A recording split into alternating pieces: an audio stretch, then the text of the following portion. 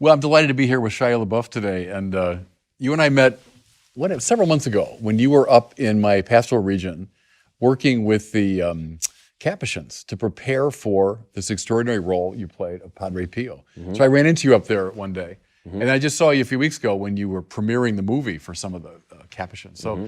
delighted you're here today to talk to us. I'm honored to be here. Good. And several, I can talk to you all day about a lot of things, but maybe first a bit about acting. I mean, you're seen as one of the best actors in your generation. And when I watch your films, I'm reminded of people like, De Niro and Pacino and Daniel Day-Lewis and some of these people who are more identified with, the method acting style, Stanislavski and all that. I'm just wondering, do you agree with that? Would you say you're kind of a method actor? And if so, what's involved in that? I think people put that on me, but Yeah. and I'm honored by the people you just mentioned to be included that way or be perceived that way. Yeah. But one, I'm not at that level. One, two, I'm not in that school of thought. So Stanislavski is about sense memory and it's very intellectual. It's a whole lot of conceptual. It's a whole lot of cognitive. It's heady. It's very heady. And I'm like a Whitman character. I'm like a very unintellectual feeler.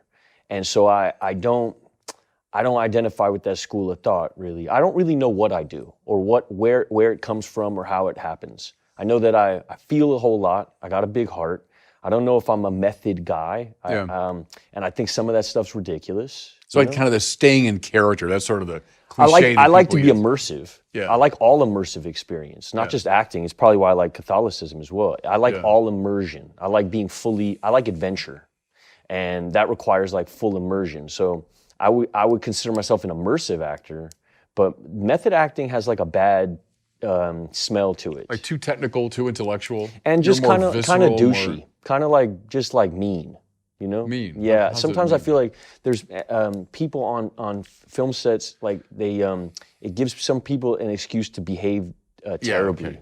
Yeah, okay. You hear some stories of guys just like sending people like rat carcasses and like ridiculous things that have nothing to do with the moment on set.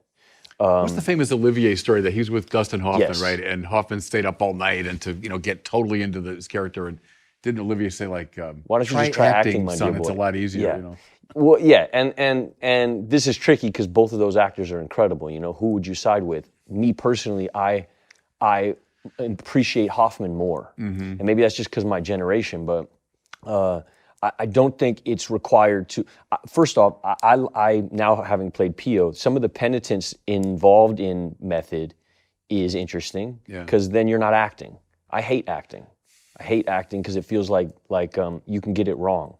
When you're really in it, then you can't get it wrong. I hate losing. I like to win. And so there's ways to like backstop a performance where you leave yourself very little room for error if you're in the middle of it. If you show up with all the caps, it's easier to believe and that you're a part of that because you showed up with it equally. If you're playing a gangster and you roll in with gangsters, it feels the same way. Whereas the make-believe stuff feels like frivolous and unintrinsic and like wishy-washy. So say a bit about your own preparation then. So not the intellectual Stanislavski thing, but this immersive, entering into the emotion of it. Tell me more about that. You're preparing to play Padre Pio. What's involved in that? Yeah, because Stanislavski's like therapy. It's like therapizing, right? Which is really heady. Yeah. And let's focus on childhood trauma and the problems and things like that. So Pio, right? So you wind up with this enormous responsibility, and you learn how enormous it is the further in you go, and you start to get very scared, and that fear motivates, like all things, fear and discomfort motivates like growth and change, and so I get this. I'm tasked with this enormous thing, which feels like. And this is a whole story in itself, how the role even came to me, but which also feels miraculous and unearned anyway, I wind up with this task, and the task is to play like one of the most spiritual men that ever lived. You're playing one of the most respected, beloved saints that ever graced the earth. some people in Italy don't carry a Jesus on them; they carry a Pio on them. Yeah, right. You go to certain places in Italy, and he's everywhere. He's Elvis, and I mean that in the best way. And you recognize rightly that this is more than a role. That this is Pio's interesting because Pio also saved my life. I mean, it's not just like a movie or something like that. And I don't mean that lightly. Let's hang on to that. I want to get back to that, of course. Okay. I want to ask you maybe one more thing about acting. If you like immersive experiences and you get tasked with playing Pio, your life is going to change. Well, I see that, for sure. That happened to you. Yeah. Here's what I want to ask you about, though. Actors have been fascinating to us from ancient times. It's not like a Hollywood thing. It goes all the way back to ancient times. The people loved actors. They find them fascinating. For some reason, people that can play other people, we find compelling. And then even like the ancient philosophers were very interested in acting and theater, Can I interject for 1 second? Yeah, go ahead. Just to say that Mass is a bit of a performance. Yeah. Mass, the priest is performing the last moments of Christ's life, and he is a vessel for this extraordinary experience, this extraordinary moment in time, and he is replaying as he's as the host is imbued with the Spirit, that is a bit of a performance. And so different priests have different performances. And not to say a priest is an actor, because that somehow minimizes the sacred nature of the task, but there is a correlation between Mass and being an actor completely immersed in an immersive experience. Mm-hmm. That was my first inroad to Pio, was, okay, that Mass is an immersive experience. He's fully involved. His Mass was very different than other Masses that were performed in that it was lively. It was, you never knew which way it was going to go. We have some films of those. We've seen Padre Pio sing Mass. And it's an emotional experience. It's not just the tradition of it. It's not just the ritual of it. It's an entire journey that he goes through. He's exhausted at the other end. He's sweating. He's dripping. He's crying. There's snot. It's like the man went to battle. He went to war, and it feels like there's a death that happens and a resurrection, and it's extremely emotional, which is how he touched people. He didn't touch people through like these profundities that he spit. He was also an immense feeler. A lot of his contemporaries didn't liken him to an Aquinas or an intellectual. He was an extraordinary feeler. He was like a pro-feeler. And that was my first inroad to him, was the fact that I as an actor who feels that way, that I'm not like I didn't go to school. I didn't go to Juilliard. I'm just like a street tough who wound up in this wild world. And in Pio, I found the same kind of misanthrope who wound up in this wild situation where a lot of people put a lot of pressure on him, and he felt the enormous nature of the task. That was my first inroad. Yeah. Sorry for speaking too much. No. Here's a lot of things were going through my mind as you were talking. One is, I heard Bruce Springsteen say one time that his first introduction to performing was being an altar server. So he's in his Catholic parish, he's an altar boy, and he said, there you are up on this stage that's well lit, and there's people out there, and you're dressed up, and he said it was like my first introduction to performance. I also thought of Thomas Merton, you know that name, the spiritual writer. Oh yeah. So Merton had all these friends in New York who were not Catholic, and he becomes a Trappist monk, which is a pretty, intense expression of Catholicism. So a lot of them came to his first Mass, and they didn't quite know what was going on. So one of his buddies, a guy named Seymour Friedgood, who was Jewish, said, what is the Mass? And Merton said, well, it's like a ballet with certain prescribed movements and gestures. Now that was the pre-conciliar Mass, the older Mass, which probably is a little bit more like that. But it's to your point about the performance of it or the drama of it, because it is a sort of recapitulation of the drama of Christ's life. Even the priest coming into the sanctuary, the word entering into flesh, coming into the world, the priest being relatively silent for the first part of Mass, the quiet, the silent years of Jesus. Then the proclamation of the word, that's Jesus preaching. Then there's the sacrifice of Calvary, et cetera. So the Mass is if you want, a dramatic representation of the life and death and resurrection of Jesus. Also, when Mass is done really, really well, you feel like a secret is being shared with you. And good performances are this way. When you see really good performances, you feel like, oh wow, this person is sharing a secret with me. It connects in something deeper where you feel like somebody is expressing something from in you, and you're seeing it up on screen, and that's what I get out of really good Mass. A really good Mass feels like it's sharing some secret with me, some profound secret with me. Not to get too corny or anything like that, but that's Yeah, what it... Let me ask you about that, because that was my question about the philosophers, and I won't get too technical, don't worry about that. But like Aristotle said, theater is cathartic. And what he meant was, that means just like cleansing. Catharsis means like a purification. As I watched the actors on stage, he thought, and especially it was pity and fear and sorrow, these deep emotions we have, that we kind of act them out with the actors and we sort of deal with them.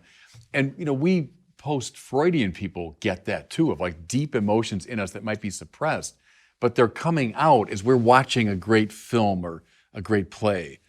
I mean, do you see that, or what's happening when you're watching a really good movie beyond just entertainment? Yeah, you're activated. It's probably why Mass has changed. The Mass has changed because there was a yearning to activate the public in an artificial way. I would say, I mean, listen, I'm no expert on any of this, but it feels like this bureaucratic activation, like rules were set or a change happened in the tradition from Latin Mass to the Mass that you now receive at a traditional Catholic church. It's almost as though the church is trying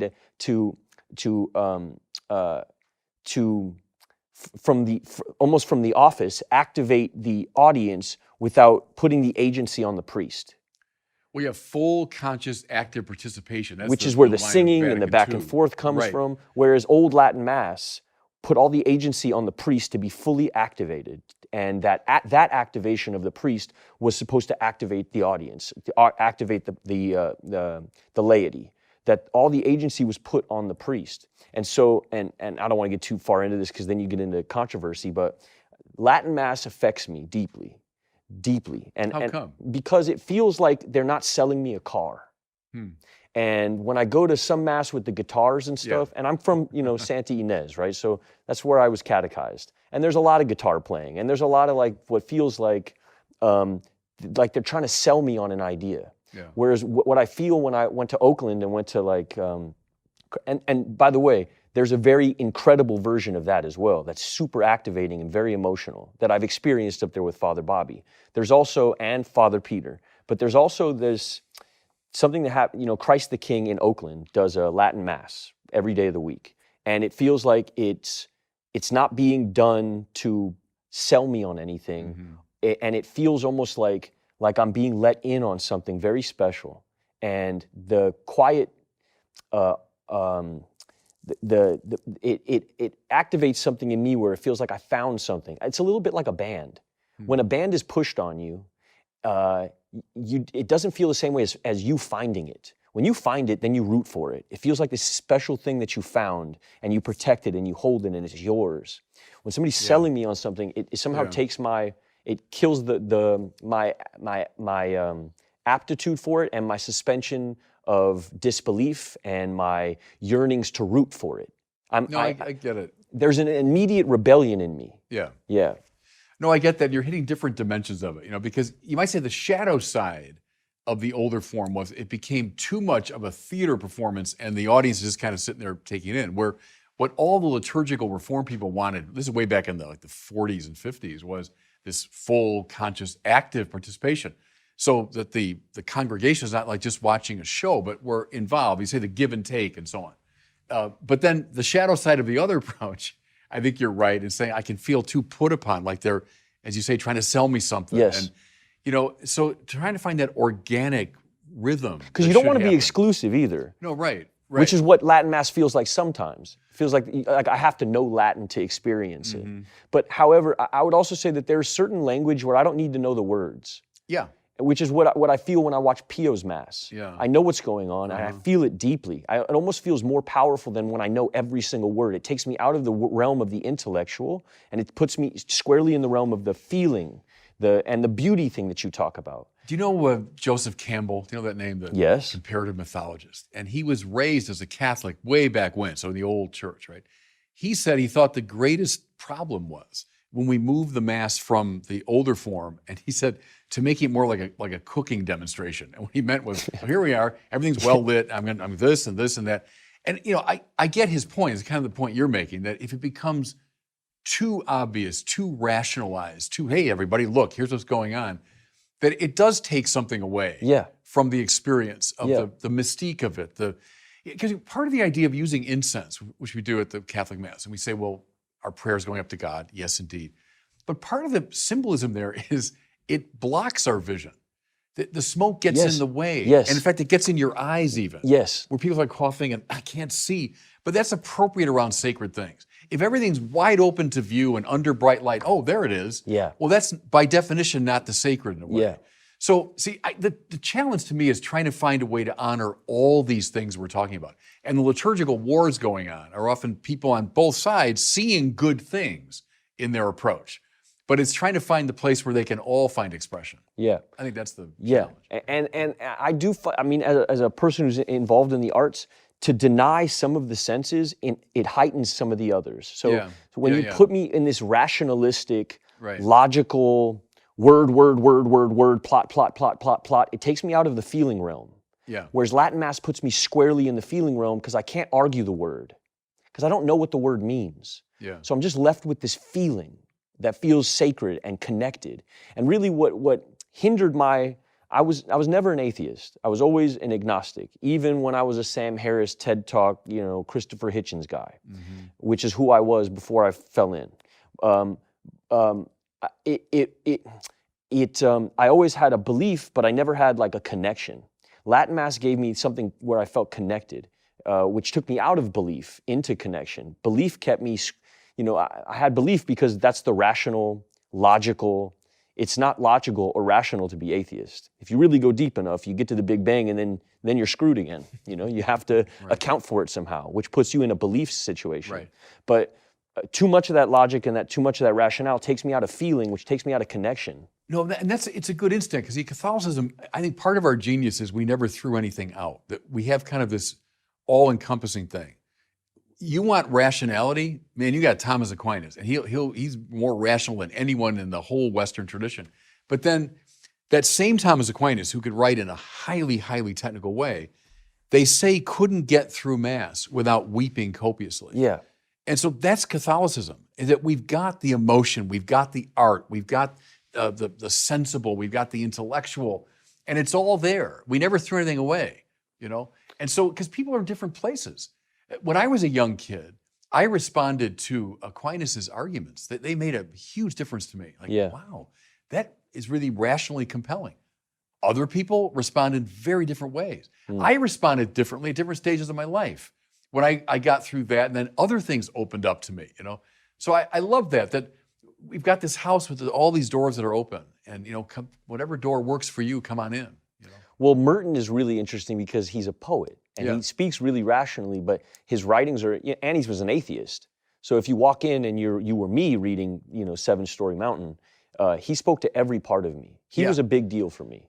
Him and... he was for me too. Yeah. I didn't realize that you had read, so you read the Seven Story Mountain. It was sort of required if you were going to play Pio, I was told. He was a big deal. Very interesting. Yeah. The guys who catechized me, all the guys at San Lorenzo gave me him and Jim Townsend. Jim Townsend was a Capuchin who formerly was a con man. He was a convict. He had murdered his pregnant wife and then spent 20 years in prison and then spent 35 years in the seminary, or 35 years in the order. In the order, yeah. And he was another invite for a person who felt totally depraved when I walked in. I walked into this, my life was on fire. I was walking out of hell. It wasn't like I willingly came in here on a white horse singing show tunes. I came in here on fire, and I didn't want to be an actor anymore, and my life was a mess, complete mess, and I had hurt a lot of people, and I felt deep shame, deep guilt. I didn't like to go outside much. I really, I had a yearning not be here anymore. I was on my way out. Is that where you were when you accepted the role of Padre Pio? This is why when you spoke about the role, I wanted to kind of dive in there because it's kind of formative to how this all happened to me. I was willing because pain made me willing to go about this in a different way than I had previously. My opinion about God before this happened, before the pain struck, before my world had crumbled, was art, love, and God, they all mean the same thing. They're synonymous. And as an artist who creates art, I found myself in a godly position often, right? Where I was in charge. And I had also been told my whole life, like, Your life is your life. You have to make with it what you can, you know? You got to be a good guy, and then you got to get married, and then you got to get a house, and you got to get a job and do good at your job. And like, your life is your life, and things will work out if you put effort in, and, you know, it's up to you. And I always really felt that. And it made it hard to believe in God, because it felt like my managerial skills are what are going to amount to a fulfilled existence. Yeah. When all of my designs failed, when all of my plans went out the window, when my life had led to serious infliction of pain and damage on other people, I threw up my hands like, my plans are garbage, and I don't want to be here anymore, and that was required to enter PO. You had to actually, it's why it feels like celestial mathematics or some kind of divine, it feels way, too coincidental to be a coincidence. But my life was completely, like I told you, on fire, and I'm in a spiritual program where I go on Zoom, and we have meetings, and another person that was in this meeting, who's also part of this same fellowship of like the down and outs, was a man named Abel Ferreira. And he wound up seeing me in the meeting.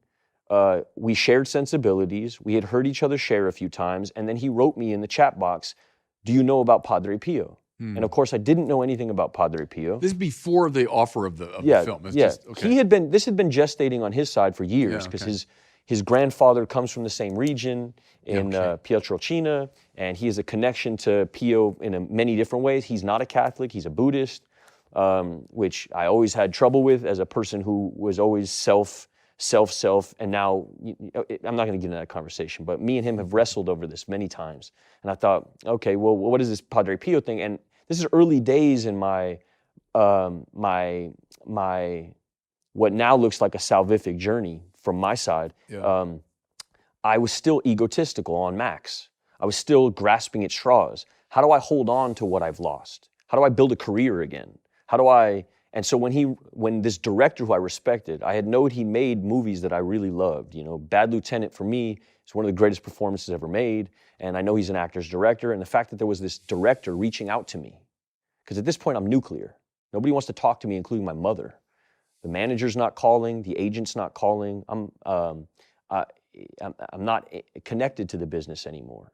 And so the fact that this man reached out to me felt like something like, in my egoic mind, wow, this is a miracle. This is my chance. This is my chance. Yeah. And so my ego shows up. And now I'm like, yeah, well, Padre Pio. And my ego is what makes me research Pio. It's not my Catholicism or my yearnings towards God. So you thought this would be a cool role for me to play. Great, now I can get back on the horse. Yeah, okay. And so I start researching Pio. And as I'm researching Pio, he tells me about his plans to make a movie, and he tells me that Willem Dafoe is going to be in the movie. And now I'm really in ego. Wait, so I can go from bottom barrel to working with Willem Dafoe? This is my chance, back on the hustle, back on the ego. Yeah. And I start leaning into this thing, and he says, well, if you want to do this role, I need you to start researching.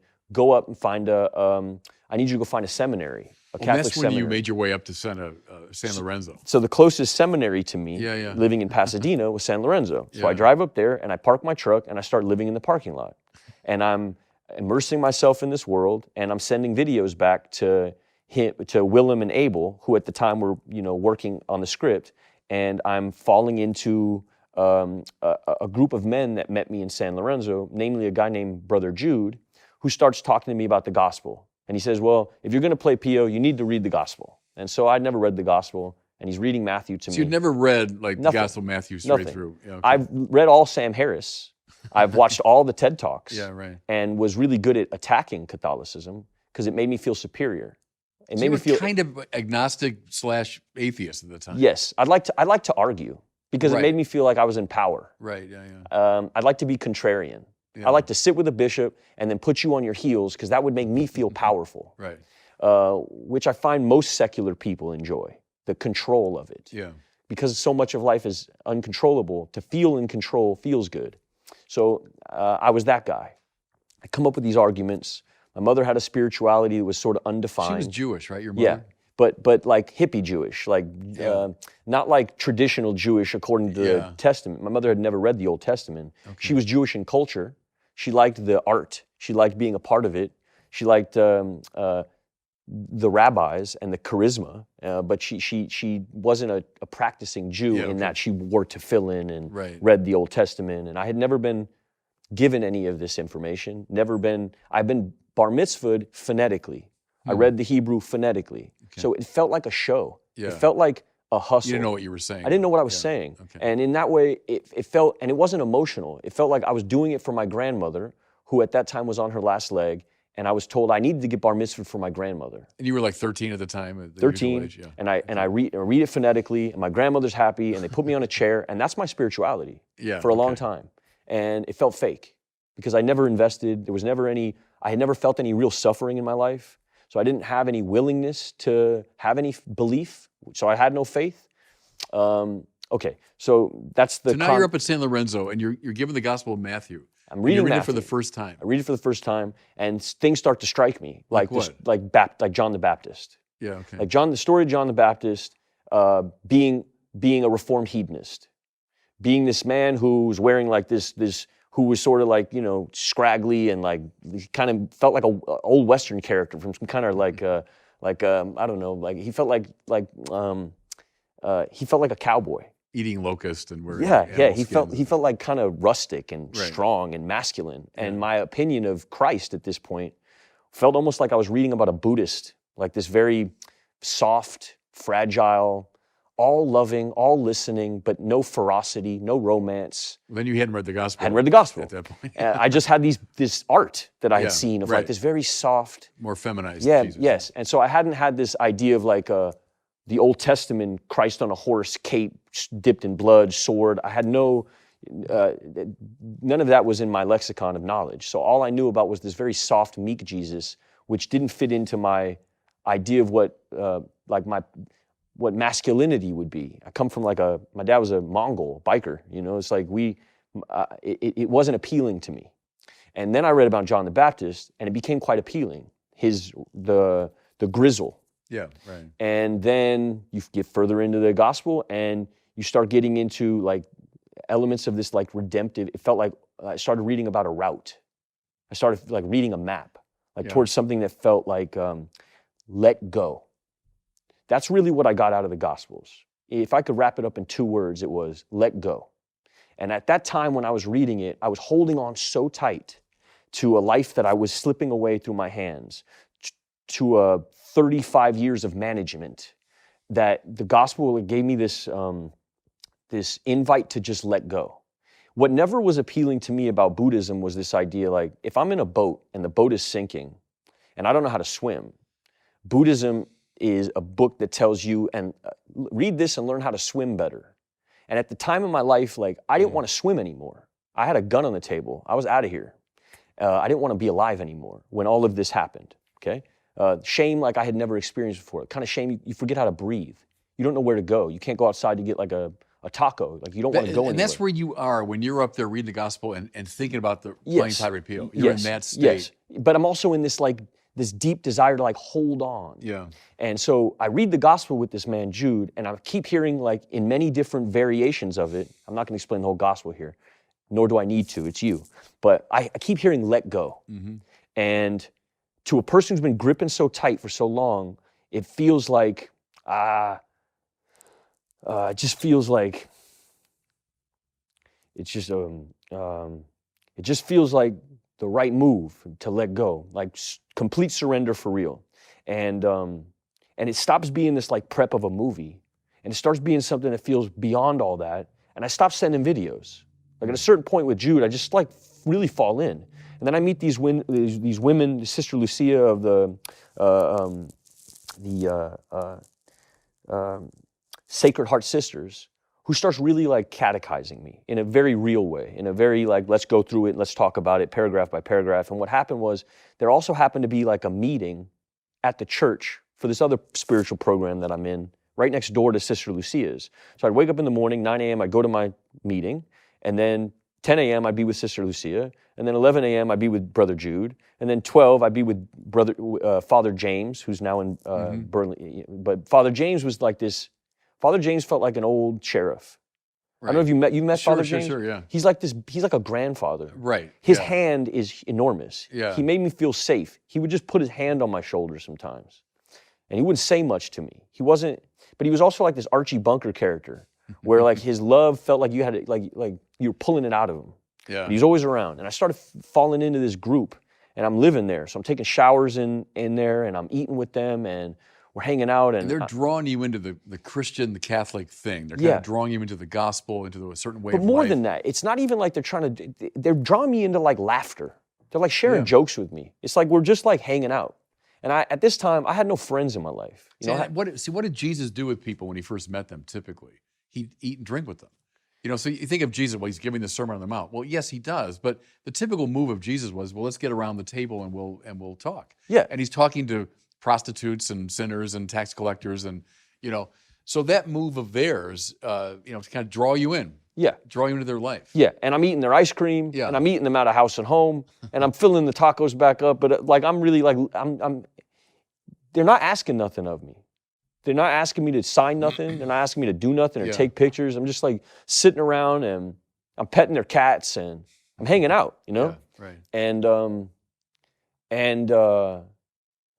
But the lesson of, as you put it, let go, was coming through. Yeah, that's all I kept hearing. But not just let go, but reach out, right, to someone who's reaching out to you. The reach out had happened for me. Yeah. I was already there. I had nowhere to go. This was the last stop on the train. There was nowhere else to go. In every sense, it was like, I know now, like my God was using my ego to draw me to him, was drawing me away from worldly desires. It was all happening simultaneously, but there would have been no impetus for me to get in the car and drive up here if I didn't think, oh, I'm gonna save my career. And what happened to me when I got here is a switch happened. It was like 3-card Monty. It was like somebody tricked me into it. Yeah. It felt like. Not in a bad way, in a way that like I couldn't see it. I was so close to it, I couldn't see it. I see it differently now because time has passed. And anyway, so I'm hanging with Brother Jude, and then Brother Jude gets called away, and he has to go like be an archivist somewhere. So he's got no time for me. And another man enters the fray named Brother Alex, and Brother Alex has a totally different energy. Young guy, he's about your age. He's my age. Yeah. Super austere. Yeah. Very prayerful. Yeah. And I don't know nothing about prayer because I can't cultivate an unforgiving. I don't know anything about silence. I don't know anything about quiet. I don't know anything about it. I got a cell phone in my phone that will give me everything my ego needs. It's buzzing all the time. I got all this, there is no silence, or I don't know anything about meditation. Meditation at this point in my life feels like a self-imposed timeout. Prayer feels like I'm memorizing somebody else's words, like I'm an actor, like I'm doing monologues for myself in my head. And Alex says, just go into that chapel and just shut up. Where the Blessed Sacrament is. Yes, Yeah. and just sit there. Just sit there and be quiet. And that feels like a very strange thing to tell me, and I'm also rebelling. And right around this time, you and the deacons show up for like this deacons meeting. Well, that's the first time I met you. It's the first time I meet you. Okay. The deacons are all hanging out at the church. Right. And I feel like, oh, this is like, wow, it's amazing. I get to sit in here, and I feel like I'm not allowed to be there. But then all the deacons are like being really warm with me, and I'm sitting in the back. It was Mass first, right? It's Mass. Yeah. We do Mass, and then we go like have a little sandwich. Right. And you do this talk about prayer. Yeah. And how it's really a simple 4-step process, prayer, and I needed somebody to simplify it for me, because it felt like, one, I needed it to be defined. I didn't want it to be this esoteric. I needed something very defined and very practical. I needed something very like boots on the ground. And you said, quiet leads to loving thoughts leads to loving action leads to peace. And that hit me heavy. It was And Mother then, Teresa I was quoting there. That's her. whoever it was, it's Yeah. changed my life. So then you go into pray rosary. Yeah. And I'm just learning rosary at this time. I know the front half. I don't know all the prayers. I can do, I can get to the middle of the rosary. I don't know the dismount prayers, but I have enough to like, it pauses my head, Yeah. which I guess what rosary does for a lot of people. It makes it tactile. It's a great prayer, right? It takes me out of the cognitive and it puts me into the physical. Yeah. It physicalizes it. And for somehow that pauses all of my internal nonstop chitter-chatter monologuing of what I want, what I need, and this animal in me. Calms the monkey mind. That was Merton's line that he got from the Buddhists, actually. The monkey mind's always leaping around. Yes. Here, and it calms that. It calms that and centers it. Yeah, and makes me feel present. because it's right here. Right. I can hold you it. hold it in your hand. Yeah. Right. And so we're praying the rosary, and I'm waiting for loving thoughts, and it's not my first or second or third or fourth or fifth or sixth or seventh thought. But then I hear a thought like, call your mother, tell her you love her. Now, me and my mother at this time, my mother don't want nothing to do with me. You know, the news that had come out has been like I've been abusive to women, and I've been shooting dogs, and I've been willingly giving women STDs, and like it's disgusting. It's depraved. And my mother is embarrassed beyond all imagination. She doesn't want nothing to do with me. And we hadn't talked, and I'm living in this parking lot. And I get out of rosary with you, and I call my mother, and I say, I don't have much to say to you, but I love you and I'm safe. And she said, oh, I'm so grateful. And she hangs up the phone, and it's the first time I had really like talked to my mother, and I felt this peace. Because I had all this resentment and animosity, like, how could you dip on me? You're my mother. You know, no matter what happens, like, this is conditional love that you offer me. So, you know, then I start reading the Confessions by Augustine and his mother and that relationship. And like, everything starts to feel like click, click, click, click, click. Right. And Augustine being like a hedonist who had made all these flaws. And then they started explaining Francis to me and all this ego that was in Francis. Just a complete egomaniac. Same story, right. Yeah, like, and I start feeling all these connections, and I start seeing this route, and and it says let go, and I find a way for myself. This is all before we're even in the movie. I'm not even reading the script yet. I'm just like, it's like laying the ground, I'm not even into Pio yet. I'm passing Pio's statue every day, and I'm kissing him on the hand just out of like reverence for the statue. But I don't know anything about the man yet. Then I get to reading about Pio and about suffering. Now, this is another hack that happens to me at some point where I felt like my suffering was pointless. I didn't understand what was going on. I felt like, you know, and Father James walks me through like offering your suffering up as a purposeful. As like intrinsically valuable, that God taps certain people to go through certain suffering so that they can be more effective at bringing the good news forward. And we start talking about purpose. And I'm questioning like what my purpose is, because before this moment, my purpose was just to be a good actor. My purpose was just to be the best actor. That was my whole purpose in life, like just such a little dream, like the dream of an ant. Yeah. And James says, you know, what are you good at? And I'm like, I'm good at bleeding in front of people.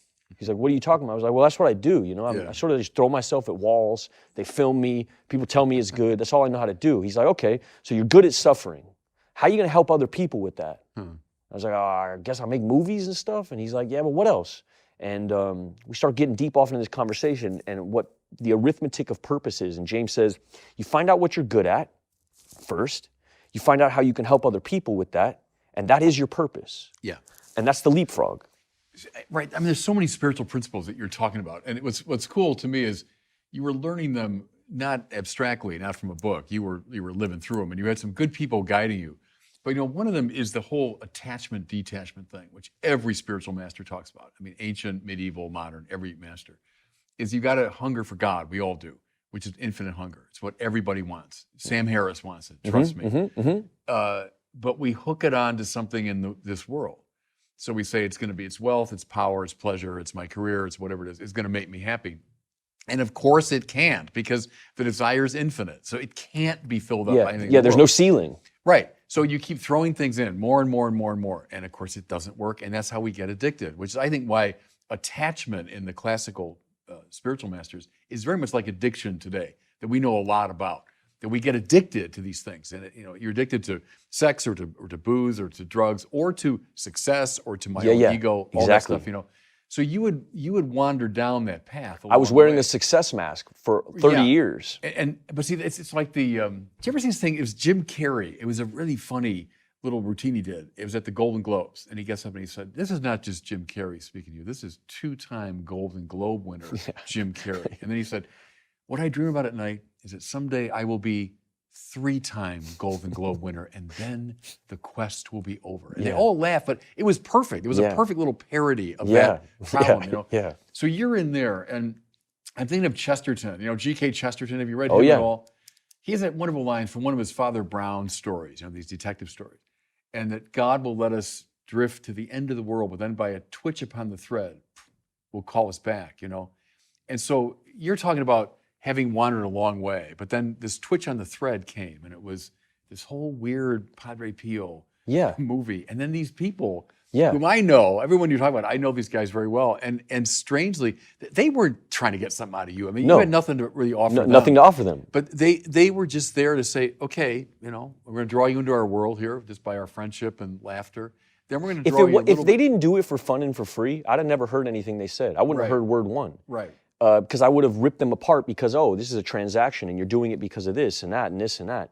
Yeah, like Father James, who I know very well, if someone said, this guy, he's a really famous actor, and if you get to, he's like, I don't care. He didn't care at all. He wouldn't care at all. No, he didn't care at all. No, and that's what made him a powerful. Yes. And what he said to you, that's the move now from addiction, and then we reach out to the Lord, not to the things of the world.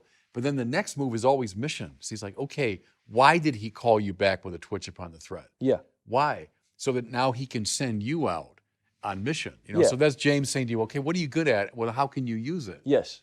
But James is also a big PO guy. Right. And he keeps saying to me, like, don't make him weak. Yeah. Like, meek and weak are two different things. No, right. And let me explain the difference to you between being meek and being weak. Meek is to be treasured. Meek is to be valued. Meek is a submissive respect. Mm-hmm. Weak is having no faith. And he starts explaining stuff like that to me, where, meek in my head, from a kid who never had a puberty ceremony. I mean, Judaism, and you're 13 and they put you on a chair and you get a driver's license, but it's not like I wander off into the woods and come back with a lion's head. There's no puberty ceremony for a young man today. That's a problem in our culture. Yes. We've forgotten how to do that. And you don't really know what it is to be a man, and James starts talking about mountains. This is where Seven Story Mountain comes about, but we were in a conversation about a mountain, about what in nature is masculine. And I'm like, and he says mountain, and he says, do you know why? He goes, because it's immovable. The wind is not going to move a mountain. And then we start talking about my wife and what my wife wants in a man, and being stable, and where that stability comes from for a man, and that it's not going to be something you will. It's going to be something you lean on. And that mountain is in that chapel. This is like my journey to this. He starts brought you back to the Blessed Sacrament. Yeah, but he does it like through this rah-rah cowboy talk. I feel like I'm listening to like I don't know what to describe it as, but it feels like John Wayne. It's like this rah-rah kind of thing that touched on it touched on this thing that I came from, and it accounted for this whole side of this Christ that I didn't know yet. And he sort of like masculinized the whole thing for me as this warrior's journey. And he starts reading like Heraclitus to me. I don't know anything about Heraclitus, but he's like, there's this quote I want to read to you. And he goes, Heraclitus talks about what a warrior is. He says, and I'm paraphrasing, but he says, out of 100 men, 80 are just targets. 10 are fighters because 10 are fighters because they make for the battle and we're grateful for them. But the one is a warrior, and he will bring the others back. And, I'm starting to have like emotional experiences with this guy in this, with these cats running around, we're eating ice cream, and I'm having like emotional experiences with him, explaining Heraclitus and like this thing that I hadn't had before, which felt like a task, more than me, more than just like myself. And it was also like tapping into this other program that I come from. And so now I'm starting to share like in this other program on Zoom, like these guys are seeing me in a parking lot, and they're seeing these friars walk behind me.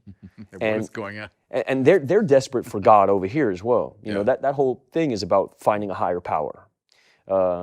And so they're seeing me like hang out at this seminary, and they start driving up. And the guys start... Is that right? Yeah, these guys that are in this other program start driving up to the seminary and start hanging out with these other friars, and my world sort of collides. And then... oh man, where are we in the story? But well, you've come a long way spiritually at that point. Yes. I mean, now I'm experiencing prayer. I'm experiencing rosary. I'm starting to learn Mass really well. I'm starting to be a part of Mass. I'm starting to feel the effect of Mass. I'm not receiving the host yet because we weren't sure if I was baptized or not. And so I couldn't receive yet, and I felt this deep longing. I didn't know I was baptized. I had been baptized earlier in my life and didn't even remember it. Yeah. My uncle was had baptized me in Trinitine. I'm saying it wrong. The Trinitarian formula? Yes, yeah, that's right. Yeah. And so then we found out that I could receive Mass and started receiving Mass, and I start feeling like this deep reprieve. It's not just this like it's not just like a cracker anymore. I start feeling like I start feeling a physical effect from it. I start feeling a reprieve, and it starts feeling like regenerative, and I start enjoying it to such a degree I don't want to miss it ever. And then I start going to other masses in different parts of the city. I wind up at San Lorenzo, and doing liturgy of the hours with them, which feels like a bigger version of what I'm experiencing in Santa Ynez at Mass. I'm feeling it. I'm feeling more reprieve, feeling safety, which is really what I'm chasing, like this safety. And I'm feeling it with these brothers, and I start feeling like this fraternity start to build around me.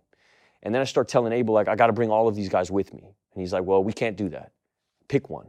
And I don't know who to pick. And so I go to the head of the novitiate, and I ask him to pick. And he picks Alex. Oh, and that's how Alex ended up. That's how Alex falls in. And so then they write a role for Alex. And then me and Alex wind up going to Italy. He's in the film He's quite in the a movie. bit, actually. Yeah, he's my right-hand man. Right. I mean, in life and in the film. Yeah. And what he brings with him is like, he's like a walking, he's like a, I don't know how to describe him. He's my inroad into Catholicism. He was the guy who Eskimo'd me in, pretty much.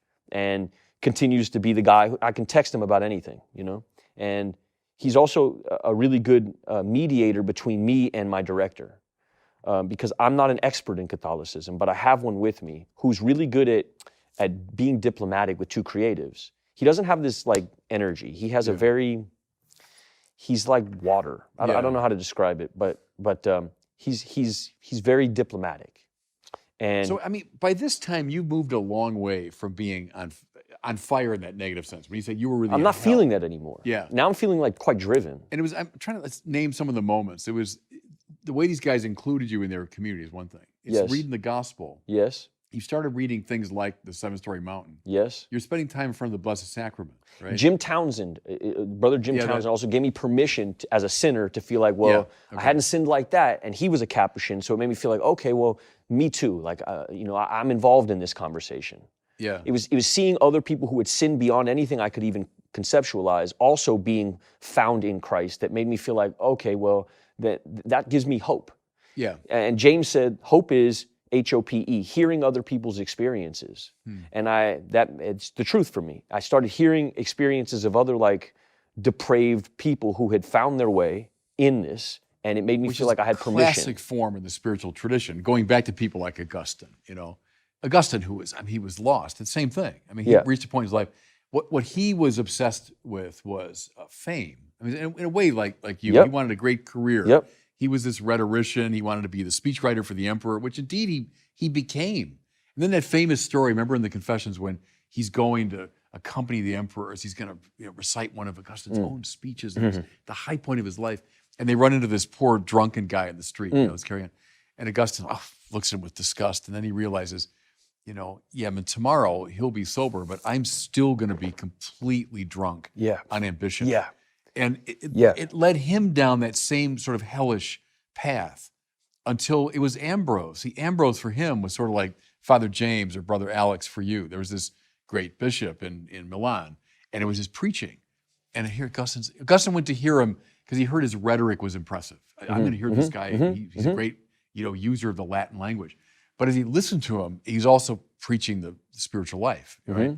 And so Augustine, and tears had a lot to do with it. Augustine was like a hyper intellectual, but man, there's like tears on every page of the Confessions. Yeah. And he starts weeping as he listens to Ambrose, Yeah. So that's a story from so many centuries ago, but it's your story in many ways. Yeah, it is. And I'm experiencing a lot of that also, but also the weird thing is like separating what if this is actually happening to me for me, and what if this is like PO and this film and preparation and the separation. I'm before this movie, I'm chasing no separation, but here it felt even further. And there was a certain point where Abel's like asking me to do an accent. Because you didn't do an accent. No. You just spoke in your American. Yeah, because at a certain point, like I prayed on it, you know, and I thought, this is the separation I'm not after. This feels like, okay, now I'm just like wearing a mask, like a PO mask. Right. Whereas it felt like the task wasn't that. The task, even beyond what the director was asking of me, and he found a way to find the same kind of he found my reasoning just, was that I was having like genuine, while we were practicing Latin Mass, I was having genuine emotional experiences. And aside from the fact that, you know, as a Neapolitan speaker, his accent wouldn't have matched Italian anyway. But it felt like that would have taken me out of this thing that felt very personal. And so we didn't do an accent, because I felt like what was happening to me was like some kind of vessel. I'm not going to get too cheesy about it, but it felt like I wasn't in control of a lot of the stuff that was happening. There wasn't a whole lot of like emotional actor prep. It was like very prayerful. When I felt like I couldn't hit a moment, me and Alex we would pray, and then it would come, like the emotion would just come. Pio was a very emotional guy. Yeah. And Mass is very technical. It's so technical. And so it's very difficult. You have to be very proficient at Latin Mass, one. So I spent most of my time not even studying Pio. I would just study Latin Mass. So I went up to Oakland. I lived in Oakland, and just at the seminary in Burlingame, and then in Oakland, and I'm just going to Latin Mass all the time. And then after Latin Mass, I'm studying with the priests from the Christ the King, which is traditionalist Latin Mass, and I'm studying with them, but there's no emotionality with them. They're very like, it's like French Latin Mass, which isn't Italian Latin Mass. It's very like, it's just like stiff. Pio wasn't stiff. Pio was, like you say, he was almost a dancer. And so you're trying to like build this Mass that Pio is known for. It'd be like playing Dylan and not knowing how to play guitar. Like if you want to play Dylan, you don't just read Dylan biographies. You have to pick a guitar up, and you have to learn how to play a guitar. And then the guitar needs to be your best friend. And then you need to sleep with the guitar. And then the guitar needs to be your only travel companion. That's the way into Dylan. The way into Pio was Mass. And it wasn't until I felt like I started having emotional reactions in Mass that I feel like I was anywhere near playing Pio. And Mass got very emotional, like really, really, really emotional. And then I felt like, okay, now I have permission to go study Pio. So then the Pio study started, and that took us to Italy. Then I started going to where he studied, in San Giovanni Rotondo, and you see it, and something was offsetting about it, because what I knew of Pio to that point was like, this is a man of deep humility who's offering up his suffering. And you walk into San Giovanni, and you see this big mosaic of this man, and there's pictures of him watching them build it. And my first inroad into what James was talking about, offering your suffering up and offering your ego up and entirely, is I always pictured a priest would be so against the idea that he's being put on this Mount Rushmore in this town. And what I'm seeing in this man is like deep utility, deep focus, like a man who's just so laser beam focused. He doesn't care if you think he's ridiculous. He doesn't care if the church thinks he's ridiculous. He doesn't care. Which it did for a long time. That's part of the drama of Padre Pio, right? Which was another inroad for me. Basically 10 years. Exiled. The church said, don't celebrate Mass. Right. Sit in this room. And by the end of his life, he's this living saint. And now he's this, one of the great saints of the 20th century. But during his lifetime, he went through a real psychological and spiritual suffering. With not much to lean on, other than like a few spiritual advisors and people who he would celebrate Mass out of his window, because he wasn't allowed in the church anymore. He wasn't allowed out of his room anymore. When you go to San Giovanni Rotondo, there's his room, and then there's a chapel, a small little chapel the size of this table that they built for him. There's like 5 chairs in there. That's where he would celebrate Mass for like 10 years. And he would open a window and he would celebrate Mass, and he would hear the crowd outside. And it felt like this, and not to minimize Pio, but or aggrandize myself, but this is another inroad for me where exiled, you're nuclear, you're a depraved individual, you're disgusting, we don't want nothing to do with you anymore. And I'm feeling that in Pio, because this is what the church said to him as well. You're doing it wrong. You're a no-no. You're persona non grata. I think they weren't sure what to do with him. I think they were just thrown off. Like what is this? Well, it took him a long time to figure him out. When he claimed stigmata, the church at the time sent a bunch of rationalist, unbelieving people who thought miracles were impossible and we were beyond the age of miracles. And he's got his hands wrapped and they're saying, let me see. And he's saying no. And then they write him off. You're a liar. You're a liar, and you're using the church to sensationalize and create a spectacle out here so you can sell